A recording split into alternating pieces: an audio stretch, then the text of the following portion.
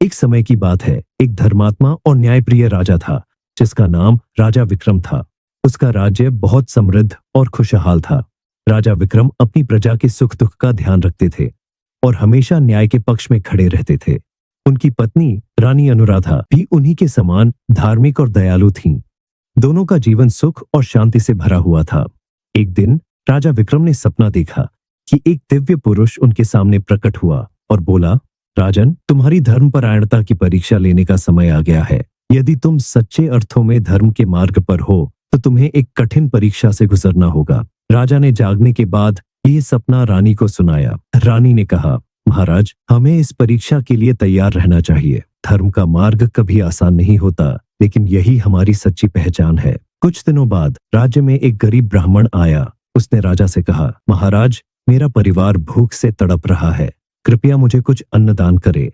राजा ने तुरंत उसे अन्न और धन देकर सहायता की।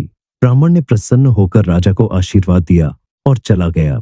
लेकिन अगले ही दिन वही ब्राह्मण फिर आया और बोला, महाराज, मेरे पास रहने के लिए घर नहीं है, कृपया मुझे एक छत दें। राजा ने उसे राज्य के एक अच्छे घर में रहने की व्यवस्था कर दी। ब्राह्मण ने फिर से आशीर्वाद दिया और चला गया। तीसरे दिन ब्राह्मण फिर आया और बोला, महाराज, मेरी पुत्री का विवाह है, लेकिन मेरे पास धन नहीं है, कृपया मेरी सहायता करे। राजा ने उसे विवाह के लिए पर्याप्त धन दिया। ब्राह्मण ने आशीर्वाद दिया और चला गया। चौथे दिन ब्राह्मण ने फिर से राजा से मुलाकात की और कहा, महाराज, मैं एक बूढ़ा आदमी हूँ, मेरे पास कोई नहीं है, कृपया मुझे अपने राज्य में रहने की अनुमति दे और मेरी देखभाल करे। राजा ने उसे राजमहल में रहने की अनुमति दे दी और उसकी देखभाल करने का आदेश दिया।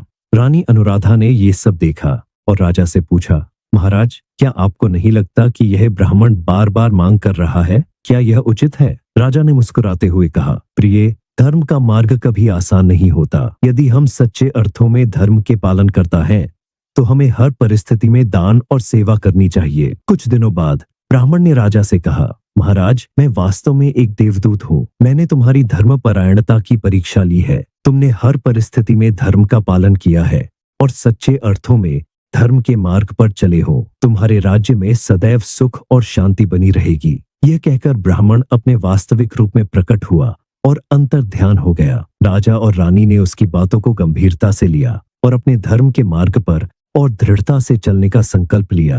कहानी का सार, धर्म का मार्ग कठिन हो सकता है, लेकिन सच्चे अर्थों में धर्म का पालन करने वाला व्यक्ति हर परीक्षा में सफल होता है। दान, सेवा और न्याय के मार्ग पर चलकर ही हम सच्चे